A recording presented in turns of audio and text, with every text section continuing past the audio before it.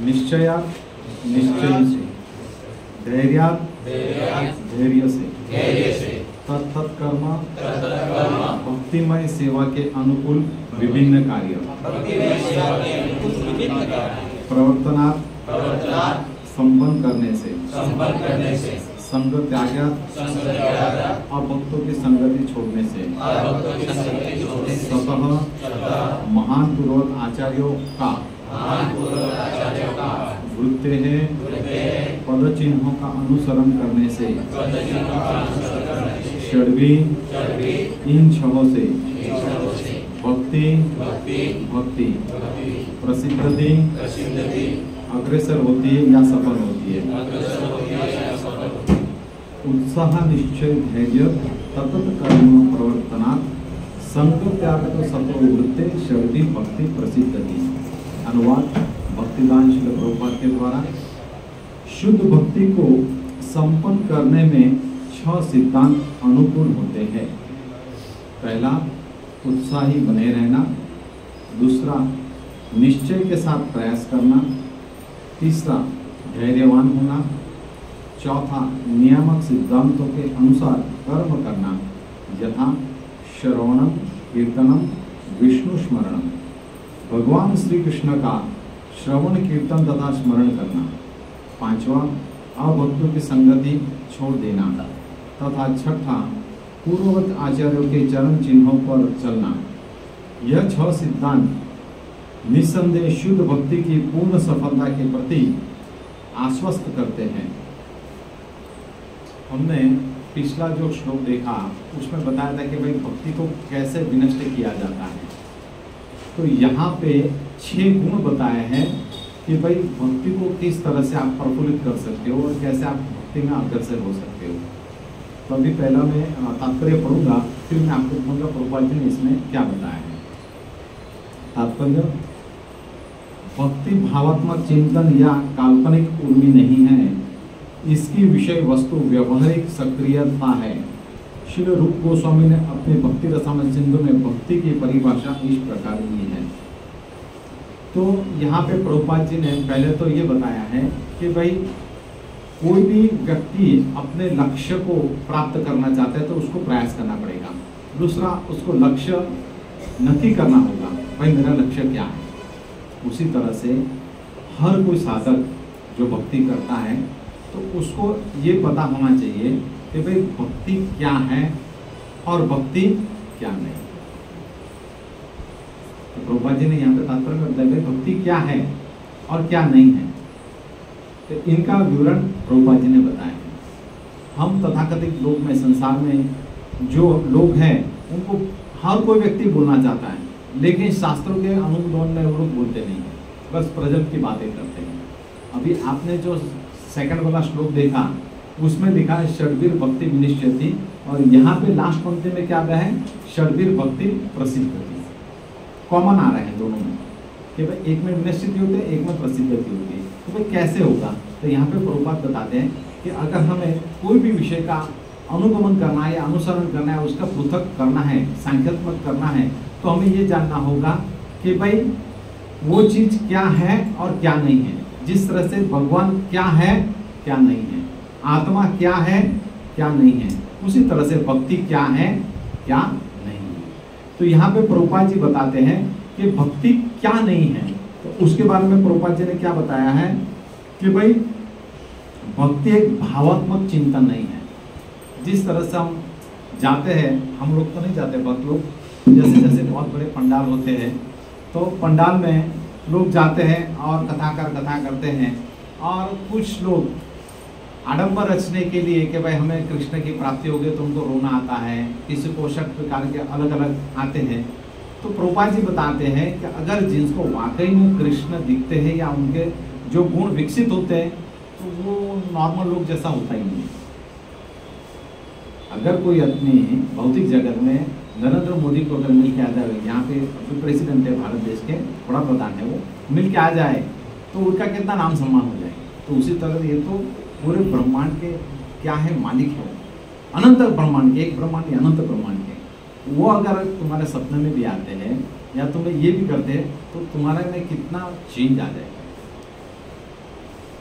हमने देखा है भागवत में कि नारद मुनि को सिर्फ परमात्मा रूप में भगवान ने दर्शन दिया तो उन्हें कितना चीज है।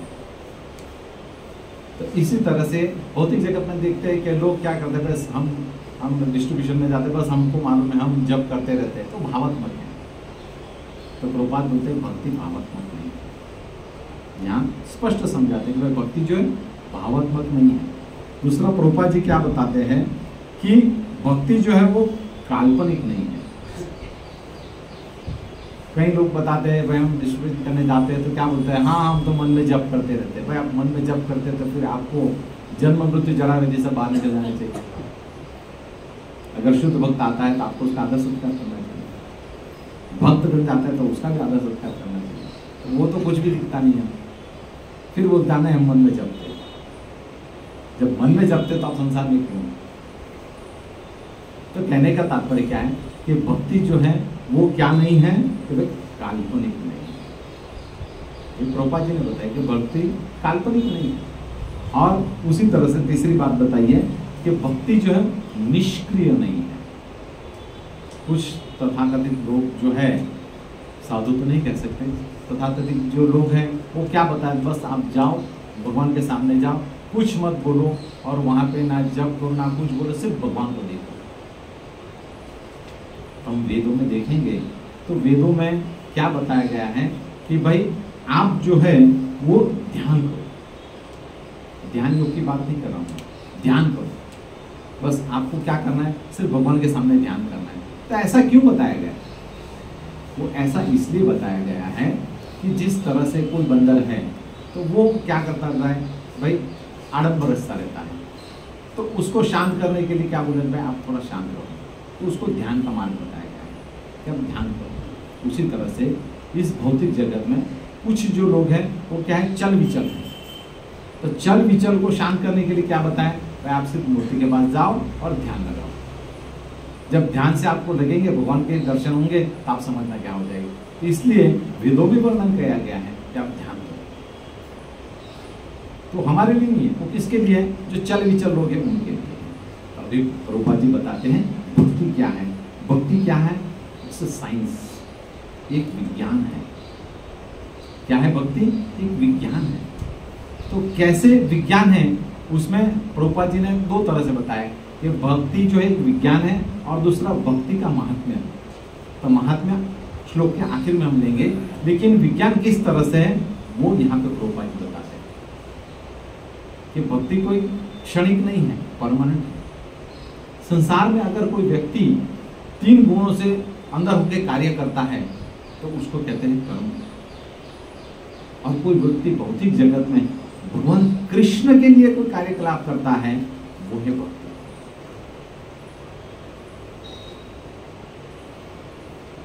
हम हर कोई व्यक्ति भौतिक जगत में कर्म करता है, लेकिन वो भगवान के लिए नहीं करते तो कर्म हो जाता है और उसके लिए हमें बंधन लगता है।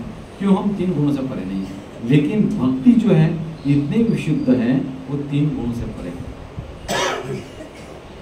संसार में कार्यकलाप उसको कर्म कहते हैं और आध्यात्मिक जगत में उसे भक्ति कहते हैं। और भक्ति शब्द ही भगवान कृष्ण के लिए। अभी भक्ति का विज्ञान समझने पहले हम ये समझेंगे कि भाई भक्ति जो है वो क्या है। वो एक ऐसा वृक्ष है, जिस तरह से हम कोई पौधा लगाते हैं तो बीज उसमें लगाते हैं, फिर उसकी सेवा कर दे। सेवा करने के बाद धीरे धीरे धीरे वो बीज अंकुरित होता है। अंकुरित होने के बाद धीरे धीरे उसमें क्या होते हैं, पत्ते आते हैं और पत्ते धीरे धीरे धीरे बड़े होते हैं। उसमें क्या करते हैं, जल सिंचन करते हैं।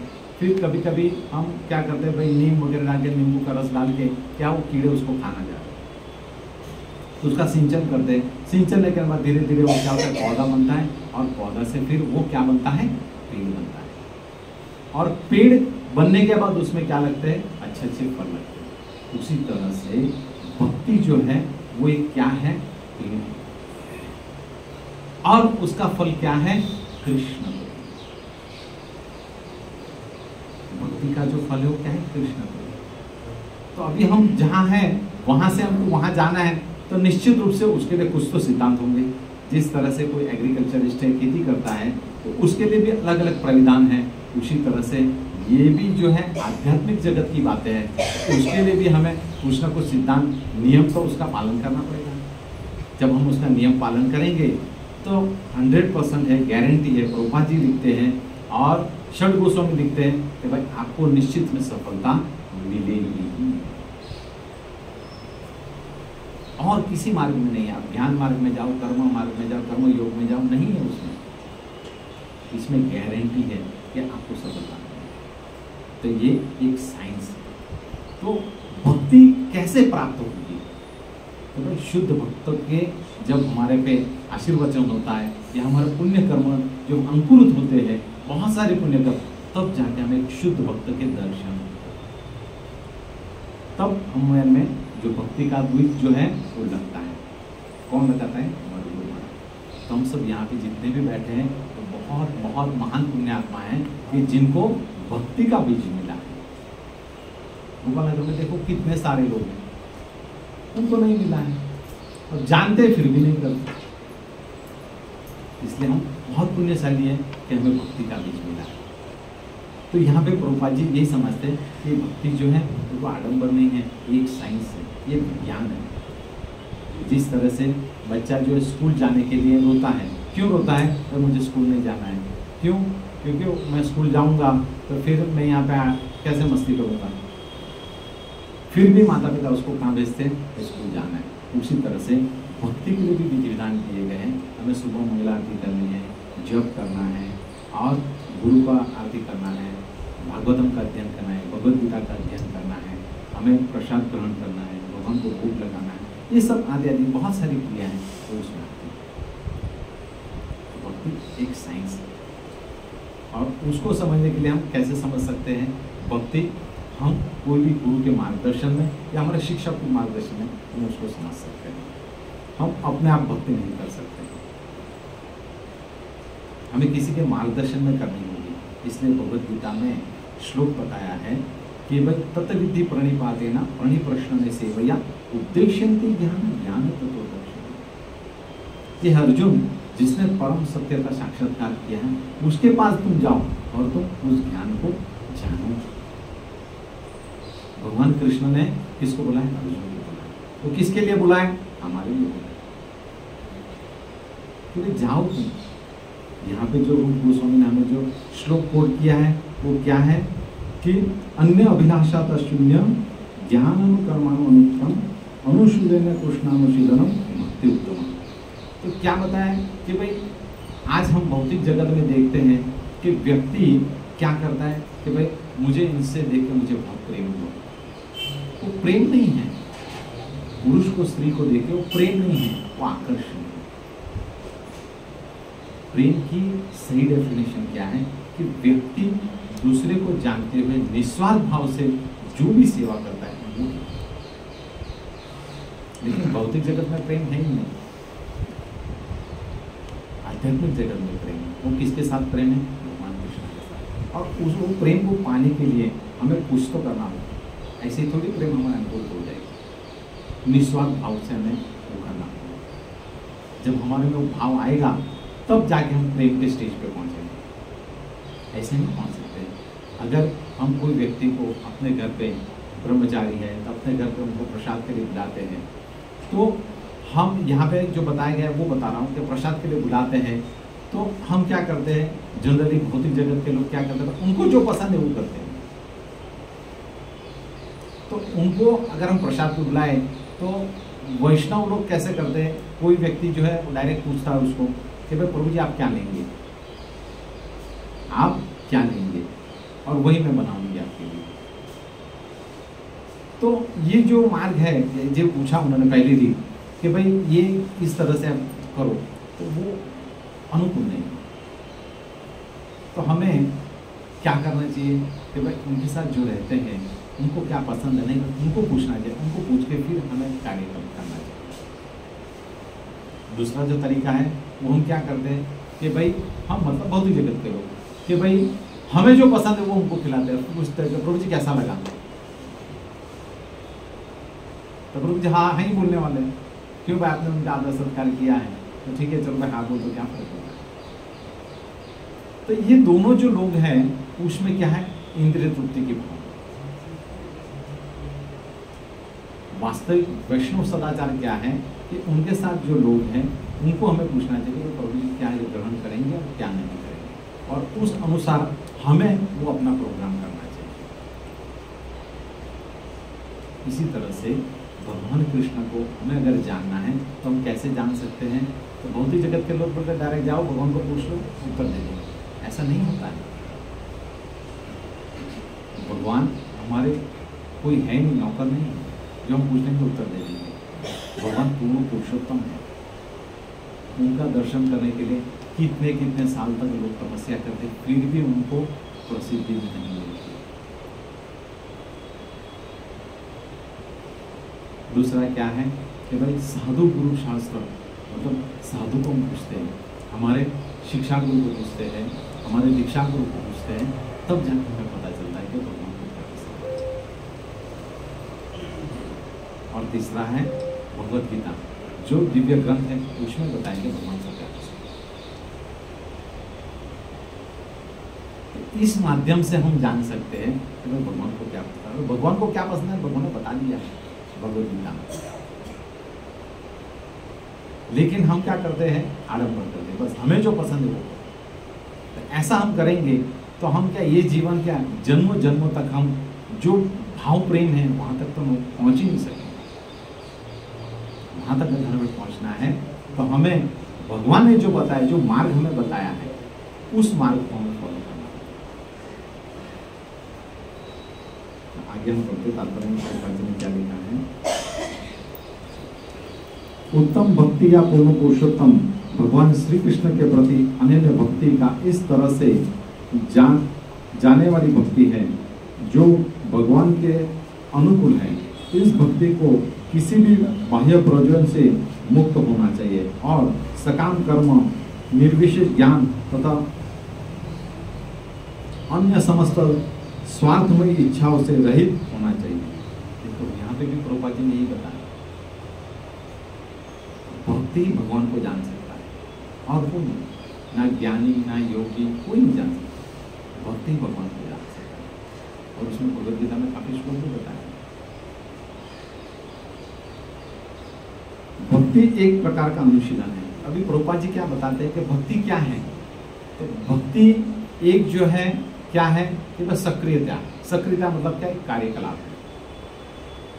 भाई कार्यकलाप क्या है, भगवान कृष्ण के लिए कर्म करना। तो प्रभु जी हम भौतिक जगत में हैं, हम अगर भक्ति करना चाहते हैं तो हम भगवान कृष्ण के लिए कैसे कर्म कर सकते हैं, क्योंकि हमें तो संसार में है, हमें धनोपार्जन भी करना पड़ता है, हमारे कमिटमेंट है फैमिली के प्रति। यहाँ पे प्रभुपाद जी ने ऐसा नहीं बोला कि आपका घर बार छोड़ो और भक्ति करो, ऐसा नहीं बोला। भगवान ने बोला है कि भगवान कृष्ण के लिए आप कार्यकलाप करो। तो कैसे करना है, तो प्रभुपाद ने सब दिया, तो कैसे उनके कार्यकलाप करना है। तो एक अनुशीलन है, भक्ति एक अनुशीलन है, उनके जो कार्यकलाप है उसका अनुशीलन करना है। कैसे करना है, तो एक बार भाई भगवान के लिए हमें फूल की सेवा करना है, मंगला आरती करनी है, भगवान के लिए भोग बनाना है। ये अलग अलग प्रकार के हमें क्या बताया है, पद्धति बताई है। इसलिए भक्ति जो है वो आडंबर नहीं है, भक्ति एक अनुशीलन है। और वो कैसे ग्रो होगी, कैसे उसका विकसित होगा कि भाई जैसे व्यक्ति एक जल में एक पौधे के लिए सिंचन करता है, उसी तरह से हमें भक्ति का भी सिंचन करना होगा। कैसे सिंचन कर सकते हैं, भगवान का नाम लेकर। हरे कृष्णा कृष्णा कृष्णा हरे हरे, हरे राम राम राम हरे हरे। तो अगर हमें ये भक्ति मिली है जीवन में, जिनकी दीक्षा हुई है, तो समझो उनको भक्ति का बीज मिला है, तो बहुत सौभाग्यशाली है। हर किसी को भगवान का चरणामृत मिलना, हर किसी को भगवान का दर्शन होना, हर किसी को भागवत का क्लास होना, क्लास में आना, हर किसी को भगवद गीता के बारे में जानना नहीं मिलता है। हम बहुत सौभाग्यशाली हैं। लोग पूछते हैं कि प्रभु जी आप भक्ति शास्त्री करते हैं तो आपको उससे क्या लाभ है। अरे आपने भगवद गीता पढ़ ली, यही बहुत बड़ी उपलब्धि है। एटलीस्ट परम सत्य को तो जाने आप। भागवतम पढ़ लिया, हम जाते हैं डिस्ट्रीब्यूटर पे, भागवतम लेके क्या करना? अरे भागवतम पढ़ो, वही सबसे बड़ी सिद्धि है। एक श्लोक भी तो पढ़ो। भक्ति में 9 प्रकार की भक्ति प्रहलाद महाराज ने बताई है। पूरे 9 जो प्रकार है वो किसने किए हैं? अम्बरीश महाराज। तो प्रभुपाद जी बताते हैं कि भाई अम्बरीश महाराज ने किया है, कलयुग के लोग नहीं कर पाएंगे तो एटलीस्ट एक तो करो। तो भक्ति की शुरुआत कहाँ से होती? श्रवण। हमें किससे सुनना चाहिए? भगवान बताते हैं तत्वविधि प्रणिपाते हैं कि भाई हमारे पूर्वत आचार्य से सुनना चाहिए, हमारे गुरु महाराज से सुनना चाहिए, या वैष्णव से सुनना चाहिए जो परंपरा में है, उनसे सुनना चाहिए। किसी का और का भी सुन के हम वो बताएंगे, उसके साथ कंपैरिजन करेंगे तो हम कंफ्यूज होंगे। हमें प्रभुपाद जी के से सुनना चाहिए, पूर्वत आचार्य से सुनना चाहिए, वैष्णव से सुनना चाहिए और हमारे गुरु से सुनना चाहिए। हम किसी से भी सुनेंगे तो नहीं बैठेंगे। अभी भौतिक जगत में लोग बोलते हैं कि आप राधे राधे बोलो, जानते नहीं हैं लोग, हम उस लायक ही नहीं है। पहले शुद्ध तो हो। लोग बताते हैं हमें गुरु क्या देते हैं? अरे गुरु आपको सर्वोच्च प्रक्रिया देते हैं। क्या है? भगवान का नाम। और भगवान का नाम से ही आपका चित्त और हृदय शुद्ध होगा। जब तक आप भगवान का नाम नहीं लेंगे तब तक आपका चित्त शुद्ध नहीं होगा। और प्रभुपाद ने भी हमें जो बताया है, क्या बताया है कि भाई हम जब भिक्षा लेते हैं तो हमें क्या बताया था कि आपको 16 माला करनी, 4 नियम करना। तो सबसे बड़ी सेवा क्या है कि भाई भगवान का नाम है निस्वार्थ भाव से। और भगवान का जब हम जप करें तो हमें प्रजल की बातें नहीं करनी चाहिए। भगवान का नाम ले तो हमें व्हाट्सअप नहीं देखना चाहिए। भगवान का हम नाम ले तो हमें और कुछ वांछन नहीं करना चाहिए। भगवान का नाम ले तो हमें और कुछ विचार मन में नहीं आना चाहिए। क्यों? 84 लाख योनि घूमने के बाद आपको गुरु मिले हैं और 84 लाख घूमने के बाद आपको भगवान का नाम मिला। तो उसका मूल्य हमें समझना चाहिए।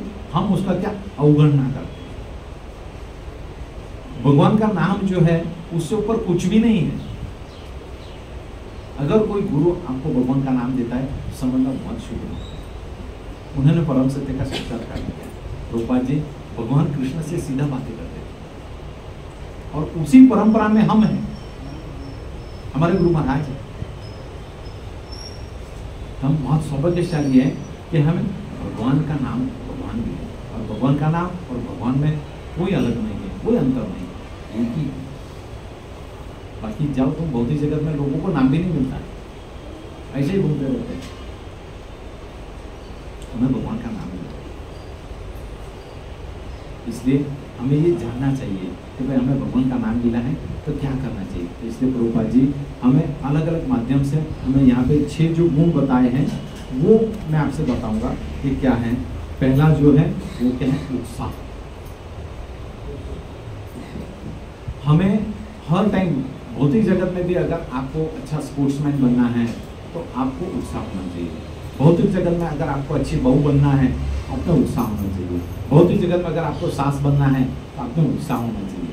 भौतिक जगत में अगर पढ़ाई में आपको आगे बढ़ना है तो आपको उत्साह होना चाहिए। भौतिक जगत में आपको अच्छा बिजनेसमैन बनना है तो आप में उत्साह होना चाहिए। बिजनेस बनने के बाद आपको कलेक्शन पे भी जाना है तो भी आप में उत्साह होना चाहिए। अगर हमारे में उत्साह नहीं है तो हम निरुत्साही है। तो प्रभुपाद जी यहाँ पे बताते हैं कि अगर कोई व्यक्ति 6 जो सिद्धांतों का भौतिक जगत में अपने लिए भी पालन करता है इंद्रिय तृप्ति के, तो भी वो सक्सेसफुल है। तो हम भी हो सकते हैं। बस उन्होंने जो बताया है उसके हिसाब से हमें चलना है। हमें हमारी बुद्धि नहीं लगानी। प्रभुपाद जी जब यहाँ से फॉरेन कंट्री गए थे बाहर, उनकी एज कितनी थी? उनमें कितना उत्साह। तो प्रभुपाद जी के जो शिष्य है एक बार क्या पूछा उन्होंने कि Prabhupada ji are you free? तो प्रभुपाद जी ने क्या उत्तर दिया कि सो शुड आई लेजी। तो भगवान के जो भक्त होते हैं वो क्या रहते हैं?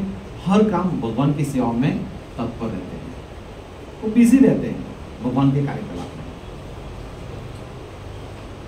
उसी तरह से हमें भगवत कार्य में क्या रहना चाहिए कि भाई बिजी रहना चाहिए। अगर आप भगवान की सेवा नहीं करोगे तो माया की सेवा नहीं। डिस्ट्रीब्यूशन में काफ़ी पास जाते हैं भक्तगण, तो भाई क्या है, क्यों आए हैं डिस्ट्रीब्यूशन, नहीं हमारे पास टाइम नहीं है, तो समझ लेना माया की सेवा कर रहा है। अरे भाई सुन तो लो, नहीं हमें सुनना ही नहीं है। मतलब माया देवी ने उनको ऐसा पकड़ा है कि वो बाहर जाना ही नहीं चाहता है, उससे बाहर निकलना ही नहीं चाहते और जानता भी नहीं है। अगर कोई व्यक्ति का माला करने में मन नहीं लग रहा है तो समझ लेना चाहिए कि माया देवी ने पकड़ा हुआ है। भाई मेरा मन नहीं लग रहा, तो भाई माया देवी ने पकड़ा है। भाई उसका निराकरण क्या है, भाई प्रयास करो कृष्ण का नाम लेने का, शुद्ध नाम लेने का प्रयास करो। होगा आज नहीं तो कल, कल नहीं तो परसों, परसों नहीं तो नरसों, होगा जरूर।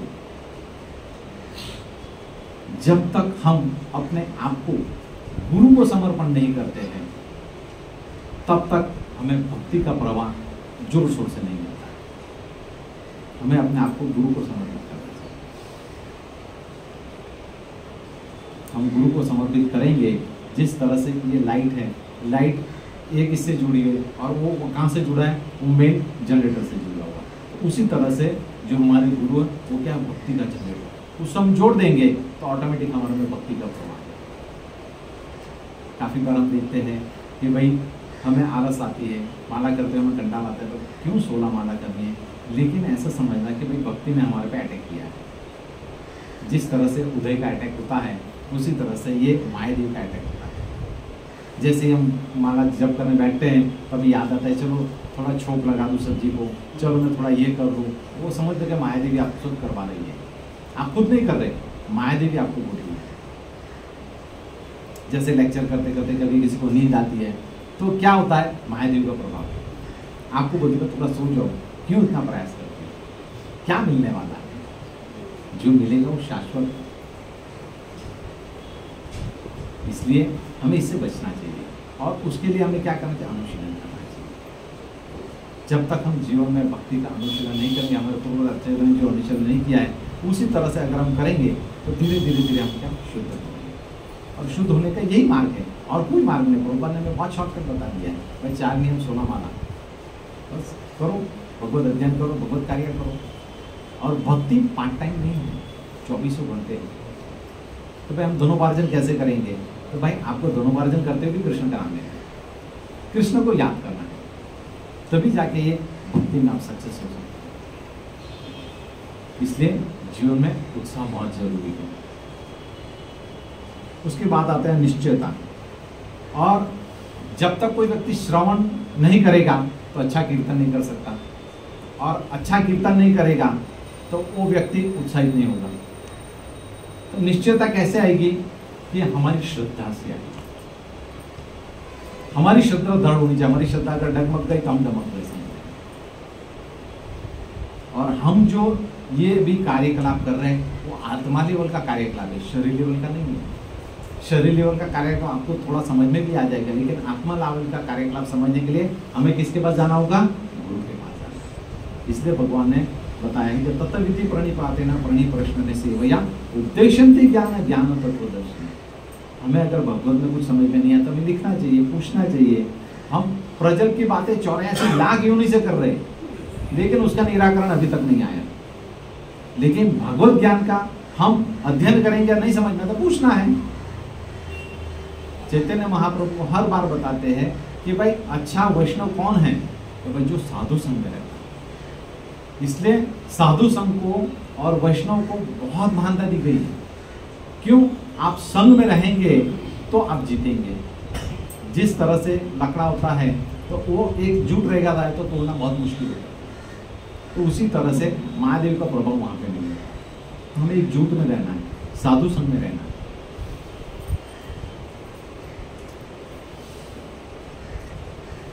और भक्ति जो है वो शाश्वत है, वो भौतिक जगत की कार्यकलाप नहीं है, वो आध्यात्मिक जगत का है। और भौतिक जगत के कार्यकलाप मतलब 3 जो गुण हैं उसको इफेक्ट नहीं कर सकते हैं भक्ति को। भक्ति क्या है, गौरव धाम से आई। और कोई अगर व्यक्ति भक्ति को रोकना चाहे तो रुक भी नहीं सकती है। भौतिक वातावरण भक्ति को रोक नहीं सकते। इसलिए भक्ति में निश्चयता होनी चाहिए। और वो निश्चयता कब आएगी? जब हमारे में उत्साह। और उत्साह कब आएगा? जब हम श्रवण करेंगे। तो एक से एक लिंक है ये। उत्साह, निश्चय, और इसके बाद आता है धैर्य। जीवन में हमें धैर्य बहुत महत्वपूर्ण है। क्यों महत्वपूर्ण है?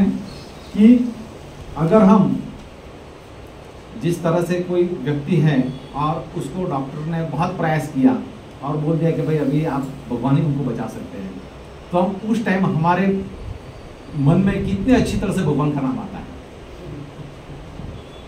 जब बता देते कि भाई हमारा करीबी जाने वाला है और बोले भाई हमने तो बहुत प्रयास किया, अभी आप भगवान का नाम लो, तो उस टाइम हमें ना माया देवी दिखती है, ना हमारे संसार के कार्यकलाप दिखते हैं, ना कुछ भी दिखते हैं। हमें कौन याद आता है? हम कितने अच्छे से भगवान का नाम लेते हैं। हरे कृष्णा कृष्णा कृष्णा हरे हरे, हरे राम राम राम हरे हरे। कितने अच्छे, तब हमें कोई याद आएगा ना, हमें दुकान याद आएगी, ना हमें संसार में छोक लगाना है वो याद आएगा, ना कुछ भी याद आएगा। जब हमारा करीबी कोई बहुत बीमार और उसको बोले कि भाई आप तो बहुत साधु हैं, आप भगवान का नाम लीजिए और प्रार्थना कीजिए भगवान को कि हमारे ये भाई अच्छे हो जाए। तो भौतिक जगत के लोग ऐसा बताते हैं हम। अभी मैं महाराष्ट्र यात्रा पे गया था। यात्रा मतलब थोड़ा कुछ काम था भौतिक जगत का, तो जाना भी पड़ता है। तो मुझे एक बहुत धनवान परिवार है, तो उन्होंने मुझे, मैं जप कर रहा था तो बोले महाराज जी आप जप करने के बाद आप हमारे घर आइए। मैंने ठीक है। तो अच्छा उनका बंगला था। तो फिर कुत्ता देख के मैं डर गया। मैंने बोले काट ना दे तो मुझे भक्ति डिस्टर्ब हो जाएगी। मैंने बोला पहले इसको बांधो। तो उन्होंने बांधा, बोले महाराज जी आइए आइए। फिर उन्होंने बहुत अच्छा था, चांदी के कप में उन्होंने मेरे को पानी दिया, सब व्यवस्थित एकदम। फिर मैंने तो पानी पिया नहीं, क्योंकि प्रभुपाद जी ने बोला जहाँ कुत्ता उसका पानी भी नहीं पीना चाहिए। मैंने बोला मेरा व्रत है, जब तक मैं जप नहीं करूँगा मैं पानी नहीं पीऊँगा। तो बोले प्रभु जी आपको कुछ चाय वगैरह? मैंने बोला चाय तो मैंने छोड़ दी है और कुछ भी मैं लेता नहीं हूँ। तो बोले क्यों? मैंने बोला मेरा व्रत है, मैंने चतुर्मास है ना, फिर मैं तुरंत याद आ गया मैंने चतुर्मास है, तो चतुर्मास में कुछ नहीं लेता है। तो फिर वो कुत्ता था, तो प्रभुपाद जी ने बताया कि भाई कुत्ते के जो कुत्ता पालता है उसके घर का पानी भी नहीं पीना चाहिए। तो मैंने बोला कहाँ मैं आ गया फंस गया। फिर मैंने उसको बोला चलो मेरे को तो भगवान का नाम बताने। बोले प्रभु जी एक प्रश्न पूछे? बोला आप पूछे। तो बोले मेरी बेटी इंजीनियर है। तो बोला अच्छी बात है। मैंने चलो भागवतम लेंगे। तो मैंने बोला क्या हुआ? तो बोले हमारे जो जमाई है ना दारू पीते। तो मैंने बोला मैं क्या कर सकता हूँ उसमें? तो बोले आप उनका कुछ जन्माक्षर देखिए और बताइए कि भाई उनमें क्या है। तो मैंने बोला ठीक है। मैंने बोला देखो कोई भी अक्षर मैं देखूँगा, बराबर उससे पहले तुम्हारी बेटी जो है वो क्या करती है? तो बोले इंजीनियर है, वो गवर्नमेंट में जॉब करती है, अच्छा पगार है। तो मैंने भगवान का नाम लेती है? बोले नहीं। तो मैंने बोला मैं उसका अक्षर भी नहीं देख सकता। तो बोले क्यों? मैंने बोला जो मैं बताऊंगा वो करेगी नहीं तो वेस्ट जाएगा और आपको अपराध लगेगा। तो बोला हम क्या कर सकते हैं? मैंने बोला देखिए अभी तो मेरे पास समय नहीं है, आप बहुत कुछ कर सकते हैं, पहले आप है ना भगवान का नाम का जप चालू कीजिए। अभी सीधा तो बोल नहीं सकता कुत्ता छोड़ दो ये छोड़ दो, बोल नहीं सकता। मैंने बोला पहले आप भगवान का नाम का जप कीजिए। जब करेंगे और जब आप में अच्छा बैलेंस हो जाएगा पुण्य का, तब जाके मैं आपको मार्ग बता सकता हूँ। बाकी मैं ऐसे दूसरे ब्राह्मणों जैसा नहीं हूँ कि आपको मार्ग बता दूँ। आप जब कीजिए। तो बोले आपको कुछ देना है? मैंने बोला आपको जो देना चाहिए आप दे सकते हो, लेकिन मैं अभी दे नहीं सकता। क्यों? मेरा टारगेट था कि उसको भागवतम देना है। तो मुझे क्या क्षणिक चीज दे, क्षणिक दे मैं तेरे को परमानेंट चीज दे के जाऊंगा। तो कहने का तात्पर्य क्या है? ऐसे भी लोग हैं तथाकथित, उनको पता ही नहीं है, जो बाबा मिले उसके पास चले जाते हैं, फिर नुकसान होते तो हमें बताते हैं तेरी बात थोड़ी सुनना है। हमको उनका सुनना ही नहीं है। हम क्या करते हैं कि हम भक्ति का हमारा इंटेंशन एक ही हो जाना चाहिए अर्जुन जैसे कि भाई हम इसको कैसे टारगेट करें भक्ति से रिलेटेड। वो कुछ भी बोला मैं नहीं सुनना है। लोग बताते हैं इस्कॉन इसकान से वो नहीं है। हमें इस्कॉन मतलब इस कान से सुनना सीधा अंदर उतारना है। वो बोले सुनना ही नहीं है, यहां से ही रवाना कर देना है। हम क्या सुनते हैं, फिर बताते अच्छा अच्छा ऐसा हो गया, अच्छा अच्छा ऐसा हो गया, फिर वो बातें चलती रहती है। हमें सुनना ही नहीं है, कुछ नहीं सुनना है। उन्हें हमें सिर्फ कृष्ण भगवान को टारगेट करना है, कृष्ण भगवान के बारे में ही बोलना है, वही हमें सोचना है। यही हमारा निश्चय होना चाहिए, यही हमारा उत्साह होना चाहिए। हमारा क्या उत्साह डगमग हो जाता है। हम अगर किसी को भागवतम देना है तो व्यक्ति दष्टपुष्ट होना चाहिए, हाँ भाई ये भागवतम लिखा पड़ेगा। वो तो हम कैलकुलेशन नहीं कर सकते कौन पड़ेगा, लेकिन हमारा प्रयास तो यही होना चाहिए। हम क्या करें, सीधा बताते आप काम करो, ये लीजिए वो लीजिए, वो ना बोल देता तो फिर हम रूट क्या आ जाता है। ऐसा नहीं होना चाहिए। हम भागवतम को मार्केटिंग कर दे। और कहाँ का ये भागवतम, यहाँ का नहीं, आध्यात्मिक जगत का है भाई। जब आपको MBBS की जो बुक्स है इतनी कॉस्टली है और वो भी कुछ कुछ स्टोर पे मिलती है, सब जगह नहीं मिलती है, तो उसी तरह से आध्यात्मिक जगत के हम डॉक्टर बना रहे हैं उसको। यहाँ का डॉक्टर नहीं है, वो आध्यात्मिक जगत का है। जिस तरह से MD MS की बुक्स तुमको कुछ कुछ स्टोर पे मिलेगी, ऑनलाइन मिलेगी, उसी तरह से भागवतम जो है वो अच्छे अच्छे भक्तों के पास ही मिलेगा, सबके पास थोड़ी मिलेगा। तो उसको हमको केसर की तरह यूज करना है और उसी तरह से हमको उसको देना है कि भाई हम शब्द बोलेंगे और लेगा, वही हमारा शब्द का महत्व होना चाहिए। नहीं है तो लास्ट में भगवत गीता ही हमें देनी है, लेकिन हमारा कार्य यही है कि हमें उसको अध्यात्म में लाना है। कैसे लाना है वो डिपेंड करता है सिचुएशन से। और व्यक्ति क्या आता है कि भाई धैर्य नहीं होता तो क्या करते हैं कि भाई चलो ये तो इससे कुछ नहीं हुआ, हम अभी छोड़ देते हैं और छोड़ के फिर आगे बढ़ जाते हैं। अगर हम जैसे ही छोड़ देंगे तो हमारा क्या हो जाएगा, भक्ति विनिश्चित, पिछले श्लोक में क्या बताया, हमारा विनाश हो जाएगा। हमें वापस जन्म मृत्यु जला दी। माया देवी तो बैठी है पकड़ने के लिए,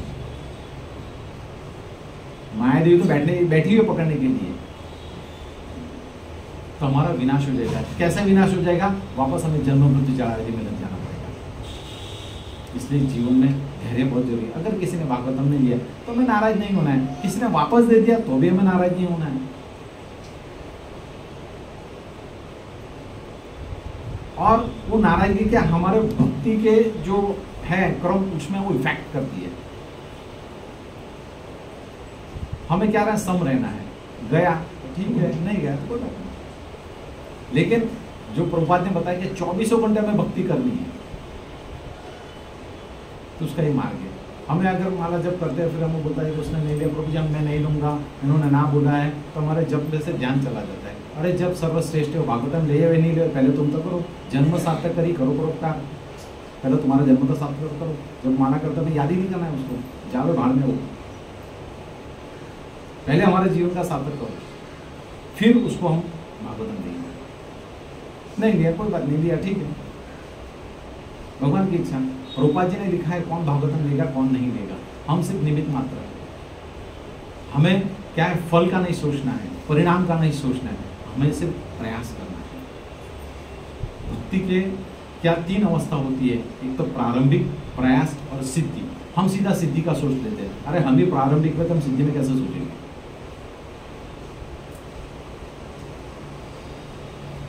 हम जब प्रारंभिक में हैं तो हमें प्रारंभिक के हिसाब से हम प्रयास लेवल पे हमें प्रयास करना है, सिद्धि लेवल पे तो सिद्धि मिलेगी। तो इसलिए धैर्य जीवन में होना चाहिए, डिस्ट्रीब्यूशन में भी धैर्य होना चाहिए। गुजराती है नहीं लेगा, अरे लेगा, ये हमारा ग्रंथ नहीं है, भगवान का है। भगवान जिसको चाहते हैं उसको ही देंगे, सबको थोड़ी देंगे। हर कोई अगर भागवत धाम चले जाएंगे तो वहां गर्दी हो जाएगी। जिसको भगवान को लेना उनको ही लेंगे। हमारा काम है प्रयास करना, प्रयास करने में हमें पीछे नहीं हटना, चाहे रेलवे में हो, चाहे कहीं आप गेस्ट बन के जाओ या मेहमान बन के जाओ, हमें प्रयास करना है। और प्रयास के लिए हमें क्या होना चाहिए, धैर्य होना चाहिए। और हर चीज में, भौतिक जगत में भी, अगर आपका बच्चा 10th में है, 12th में है, साइंस में है, IIT में, जो भी है, उसमें उसको अगर वो एग्जाम देने जा रहा है, उसको कुछ भी नहीं आया तो भी उसको निरुत्साही नहीं करना है। उसको बोलना कि बेटा तेरे को धैर्य रखना है, आएगा, क्यों नहीं आएगा, 100% आएगा। हम 100 भागवतम करेंगे, क्यों नहीं करेंगे। मनुष्य तो करता है, दूसरे थोड़ी लोग करते हैं। अगर हम 1000 भागवतम तो करना है तो करेंगे, होगा ये जन्म, अगले जन्म में। लेकिन हमारा काम है प्रयास करना। प्रयास से हमें पीछे नहीं हटना है। अगर हम प्रारंभिक अवस्था में हैं तो धीरे धीरे हमारे प्रयास अवस्था में आना है, और प्रयास अवस्था में तो हम सिद्धि अवस्था में जाएंगे। और कैसे जाएंगे? गुरु के मार्गदर्शन में जाएंगे, अपने आप नहीं जाएंगे। अब बस हमें क्या करना है? प्रयत्न करते रहना है, प्रयत्न करते रहना है, प्रयत्न करते रहना है, हम जाएंगे।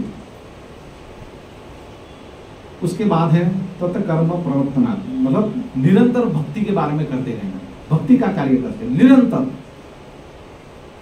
जो भी जहां भी मिले उसको कृष्ण नाम दो, जो भी अवस्था में मिले, चाहे मजूर हो तो उनको भागवतम के बारे में बोलना नहीं है, उनको कृष्ण के बारे में बोलना है। आप जो करो गलत नहीं है, वो सही है। आप जितने भी लोग हैं सब महान लोग हैं, सब अच्छा काम कर रहे हैं, लेकिन हमें कृष्ण के बारे में बोलना है। जब वो कृष्ण भगवान को समझेगा तो भागवतम समझेगा। भागवतम हमारा एम है, तो हमें भागवतम, हर घर भागवतम होना चाहिए। तो उसके लिए हमको पहले उसको तो समझा भाई क्या है, उस लेवल पे हमें आना है। तो तत् कर्म मतलब क्या लिखा है यहाँ पे, क्या बताया कि भक्ति के कार्यकलाप जो है करते रहना चाहिए। भक्ति लायक जो भी है सेवा से हमें कभी भी पीछे नहीं रहना है। हमें अगर कोई रोटी की सेवा मिलती है तो हमें तुरंत ना नहीं बोलना है, ठीक है नहीं कर सकते माता जी आप क्षमा कीजिए, मैं और कोई अरेंजमेंट कराते हैं। हमारे जो भी दोस्त बिरादर है उसको करना चाहिए, बताना चाहिए। अगर हम नहीं कर सकते किसी और से करवाना चाहिए, वो भी कार्य है। फूल की सेवाएं कर सकते हैं, श्रृंगार की सेवाएं कर सकते हैं। हर कोई जो हमारे आचार्य ने बताया उसको हमको फॉलो करना है। मार्ग अलग अलग हो सकते हैं, लेकिन ध्येय तो एक ही होगा। ध्येय क्या है हमारा? कृष्ण।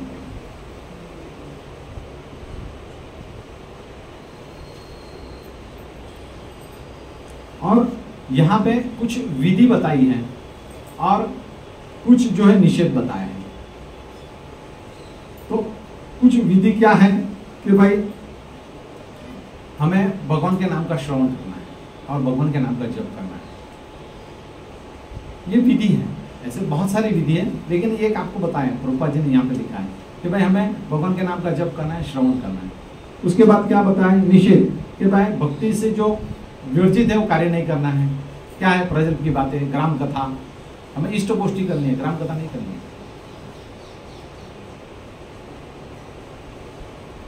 तो यहाँ पे जो बताया विधि और ये निषेध, उसका हमें पालन करना चाहिए। अगर हम पालन करेंगे तो 100% हम तत्कर्म कर पाएंगे।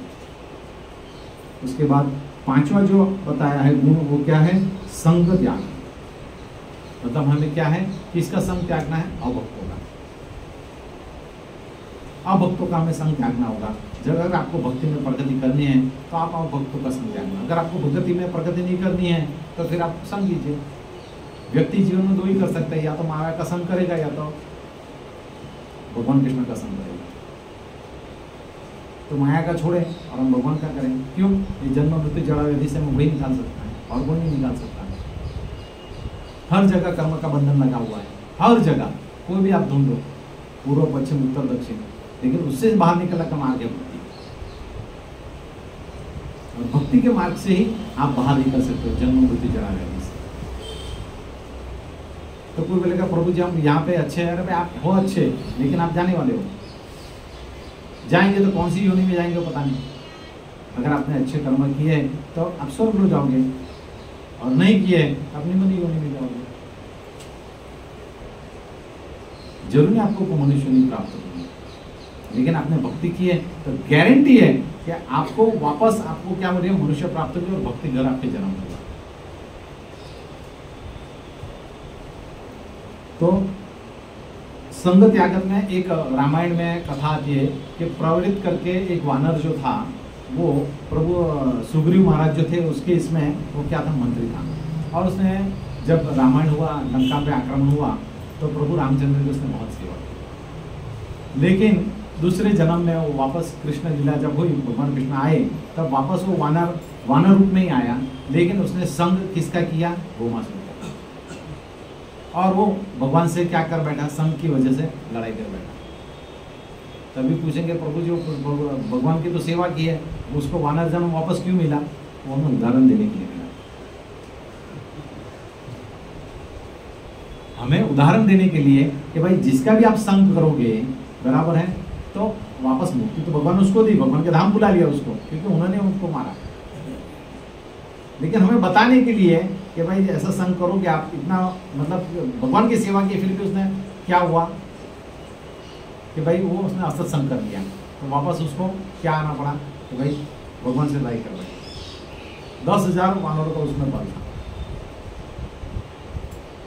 महाभारत में उसका वर्णन आता है।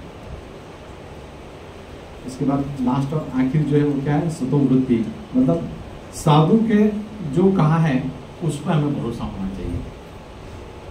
पूर्वत आचार्यों ने जो किया है उसका हमें अनुगमन करना चाहिए। हम उसका अनुसरण नहीं कर सकते, लेकिन उसका हम अनुगमन जरूर कर सकते हैं। और साधु का जो जीवन है वो क्या होता है कि भाई अच्छा आचरण और धार्मिक जीवन। हमें साधु बनना है, प्रयास करना है। जब तक हम प्रयास नहीं करेंगे तब तक हम आगे नहीं बढ़ेंगे। और लास्ट में टाइम भी हो गया है, लेकिन लास्ट में लेक्चर तो बहुत लंबा था, लेकिन मैं थोड़ा दे रहा हूँ। भक्ति का महत्व जो प्रभुपाद जी ने 8 बताए हैं वो मैं आपको थोड़ा संक्षेप में बता देता हूँ। भक्ति का जो महत्व है वो कि सर्वोच्च मार्ग है। भक्ति का मार्ग हर किसी को नहीं मिलता है, वही व्यक्ति को मिलता है कि जिनके पुण्य फलित हो जाते हैं, वो भी प्रचुर मात्रा में, उसको ही भक्ति मिलती है। और ये मार्ग सर्वोच्च मार्ग है, इसके ऊपर कुछ नहीं। उसके बाद दूसरा है भक्ति का महत्व में कि उसका पतन नहीं होता है। भगवान ने दूसरे अध्याय में गीता के साथ में बताया, दूसरे अध्याय का 40वां श्लोक, नेहा विक्रम शस्ति प्रत्यवधि स्वल्पश धर्मश त्रायुध माया, कि भाई यहाँ पे इसके किसी का पतन नहीं होता है। तीसरा प्रभुपाद जी ने बताया है कोई नुकसान नहीं है भक्ति के मार्ग में, आपको नुकसान नहीं है, कुछ भी नहीं है। क्या आप करोड़ों रुपए इन्वेस्टमेंट किया और क्या घुमा दिया, कुछ नहीं। अगर आपने आपका जीवन इस समय जो है आपने इन्वेस्टमेंट नहीं किया कहाँ पे, भक्ति में, तो आपका जीवन नाश हो जाएगा। क्यों? वापस आपको जन्म लेना पड़ेगा, वापस आपको ये जो है सब सहन करना पड़ेगा। उसके बाद है 5वां, पतित जन्म की बाधा नहीं बनता। मतलब अगर कोई व्यक्ति भक्त होते हुए भी अगर कोई दूषित कार्य कर बैठता है अनजाने में, इंटेंशनली अनजाने में कर बैठता है, तो भी उसको वो निम्न योनि में जन्म होता है, तो उसको पाप नहीं लगता है। हम देखते हैं जड़ भरत महाराज से। उसके बाद बता दें सफलता निश्चित है। ये जो प्रोग्रेस है उसमें क्या है, सफलता निश्चित है, गारंटी। इसलिए भगवान ने 18 अध्याय में लास्ट में बता देगा, सर्वधर्मान परित्यज्य मामेकम शरण व्रज अहम तम सर्व पापेभ्यः मोक्षयिष्यामि मा शुचम्। हे अर्जुन, तुम सब जो है कथाकथित धर्म उसका त्याग करो, तुम मेरी शरण में आओ, मैं तुम्हें मुक्ति दूंगा, मैं तुम्हें मोक्ष दूंगा। उसके बाद अहेतुक अप्रतिहता, भक्ति जो है भौतिक जगत के वातावरण से इफेक्ट होने वाली नहीं है, अहेतुक है। तो कहने का तात्पर्य क्या है कि भक्ति कहीं पे भी दूषित चंडाल व्यक्ति भी कर सकता है, दूषित व्यक्ति भी कर सकता है, और शुद्ध व्यक्ति भी कर सकता है, और दूषित व्यक्ति भी कर सकता है। अहेतुक अप्रतिहता है। हम देखते हैं कि हरिदास ठाकुर जो थे मुसलमान परिवार में थे, तो उनको मुसलमान राजा ने बोला कि आप मुसलमान होके क्यों भगवान का नाम जप करते हो, आपके हम छोटे छोटे टुकड़े कर देंगे। तो हरिदास ठाकुर ने क्या बताया कि मेरा जितने भी टुकड़े हैं वो सब टुकड़े एक बार नहीं 1000 बार भगवान का नाम लेंगे। हरे कृष्णा कृष्णा कृष्णा हरे हरे, हरे राम राम राम हरे। आप मेरे जितने टुकड़े करेंगे वो सभी टुकड़े भगवान का नाम लेंगे। इसलिए भक्ति जो है वो भौतिक वातावरण से क्या है, बांधी नहीं जा सकती, और ये तीनों गुणों से परे है। उसके बाद है कि जो व्यक्ति भक्ति करता है उसमें सभी दिव्य गुण पाए जाते हैं। जिस तरह से हम देखते हैं भौतिक जगत में कि भाई पिक्चर तो मैं देखता नहीं, हीरो हीरोइन है, कुछ ना कुछ गुण रहते हैं, बराबर है। कि जैसे कि भाई अभी कौन हीरोइन तो मुझे भी पता है कि भाई बहुत स्वरूपान है, तो वो कुछ समय के लिए वो गुण रहता है, लेकिन भक्ति करने से आप में ये गुण परमानेंट रहता है, या कि एसेट्स है, ये फर्क है। वो व्यक्ति में क्षणिक समय के लिए रहता है गुण, उसका स्वरूप है तो कितने साल, 40 साल 45 साल, बाद में देखने को भी नहीं मन होगा। लेकिन अगर आप भक्ति करते हो तो आप में दिव्य जो गुण हैं वो परमानेंट रहते हैं। वो बताते हैं ना LIC में, जीवन में भी और जीवन के बाद भी। योगक्षेम वहां तो परमानेंट रहते हैं आप में ये गुण। और लास्ट और आखिर कि जो व्यक्ति भक्ति करता है वो सिद्ध अवस्था में पहुंच के महात्मा बन जाता है। क्या बन जाता है?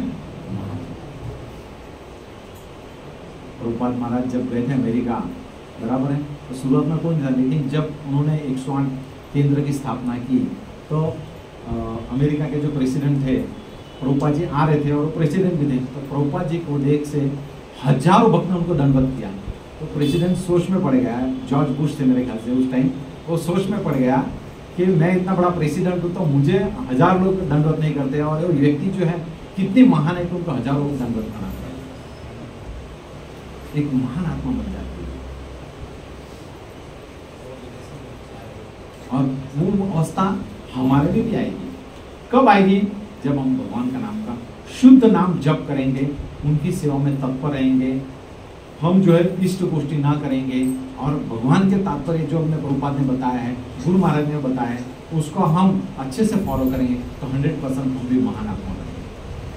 और जीवन का उद्देश्य ही है हमारा कि इस्कॉन जो स्थापना है उसका उद्देश्य है कि हर व्यक्ति वहां पे आए और साधु संग करे।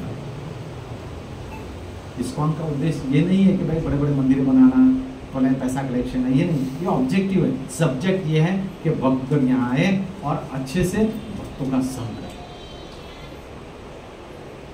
उसी तरह से हमें ये जो है इस्कॉन के माध्यम से, श्री उपदेशामृत के माध्यम से, ये श्लोक के माध्यम से हमें क्या बताया जाता है कि भाई आप महान आत्मा कैसे बनो। हरे किसी को कोई प्रश्न होगा तो मैं प्रयास करूंगा, क्योंकि इतना तो मैं योग्य नहीं हूं, लेकिन मैं प्रयास जरूर कर सकता हूं।